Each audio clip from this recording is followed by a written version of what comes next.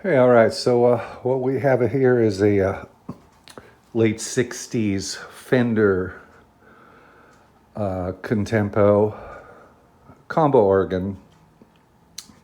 They were made for a couple years. I'm not sure about the date on it.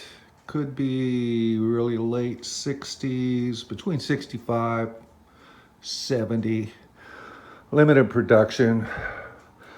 I got it hooked up to my PA system, but you can see it comes with a pedal, and the pedal is kind of unique. It does the volume, and then it does this for a little bit of reverb.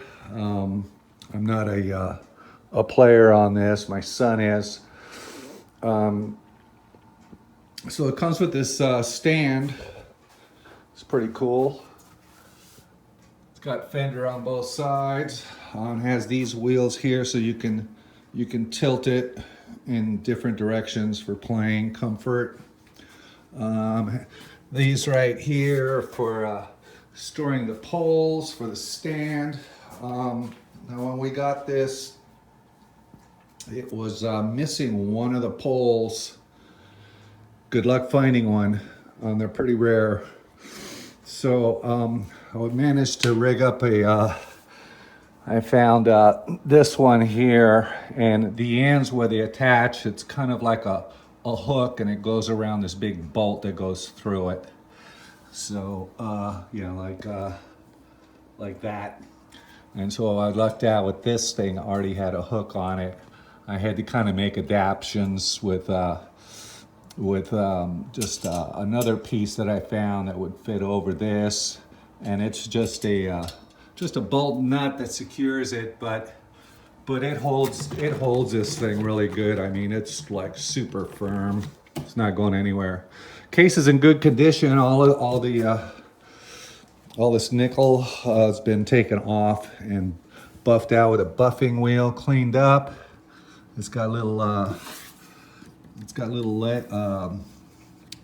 feet on here, so when you put it on the ground, it's nice and supported. And then you just open it up, and there it is. Pretty groovy, huh? Now this back felt right here, the original one was damaged. I tried to fix it, and it basically turned to dust because it's pretty old. So I've got this replacement felt material, spray glued it on here, pretty good. The organ itself, here's the top. It has the Fender logo. Somebody had drilled a hole here, and a hole here. I don't know why. Maybe to support music and maybe a little light or something. Who knows? But I managed to find these red plugs and silicone them in, so you don't really notice it too much. Now, as far as the organ, all the bottom keys work. All of these work. Pedal works. The only problems that I'm having is just the C sharp section. As all this yellow tape is where just this upper row, there's about 5 keys that don't work. This one, this one, this one, this one, this one. So there's 3 different tone boards on the inside of it. I thought these right here don't have any tone, where these have tones, but they're a little off pitch, just 1, 2, 3. These 2 don't have any tones. I took it apart, looked inside to see if what was going on underneath this keyboard. Everything is good. The keyboard is a Pratt and Reed, R-E-A-D. And they were known for making a lot of different mechanisms for, the key bed and stuff for a lot of different organs back in those days. And there's springs. There's like a gold bar rod that goes. There's several of them that goes underneath here, and then there's these gold springs At least they're gold plated. I don't know, it's for corrosion, I guess. But they're all intact. And I got, there are some resistors at each key on this board.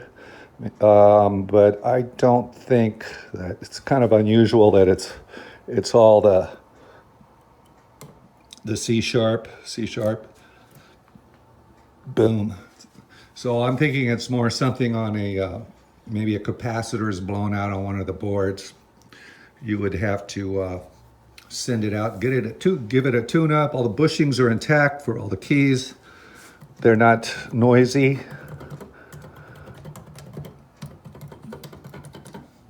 Seem to work okay. All right, I'll turn it on. The case does come off. It's got 3 little they're not latches, they're just they're drop-ins. This part here just drops into there, all 3 of them that are there. All right, let's test it out here. Got the volume about halfway.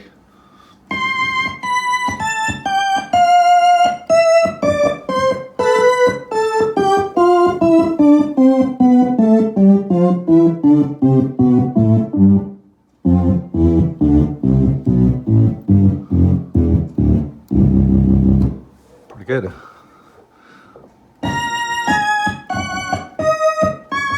See that one there?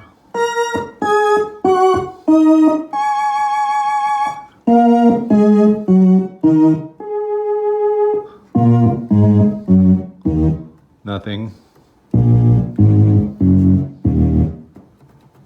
Nothing. So, there you go. It'll go, pretty loud. All right. So that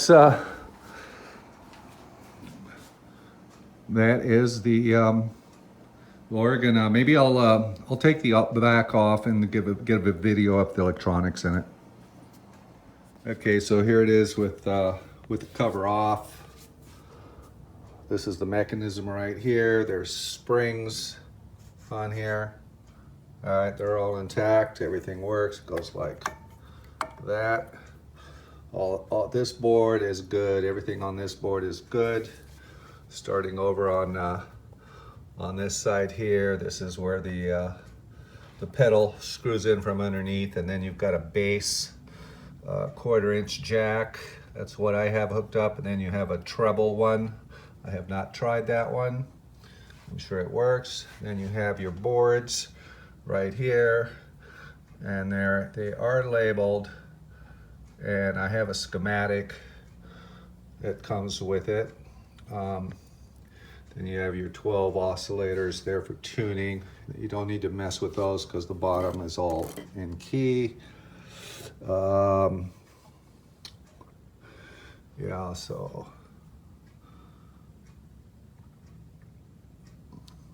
there's the board. This board right from here to here. I imagine there's something going on this board. There's the main capacitor. It's nice. This thing does not draw a whole lot of power. There's the original fuse, 1/2 amp. I blew it when I took it apart and checking things on the inside to see why those keys weren't working. I put it back together. There's this metal wire that was laying on the hot lead. I don't know why they would do that, but it's this wire here. Other than that, let's see, and then there's the this is where schematic was. I have it right now that I'll just include with it, right? Then you got the radiation shielding, like here. It shows it in the schematic. I don't know why you need a radiation shielding, but I guess, and then there's the way this thing goes back on. There's 2 big long screws for the back.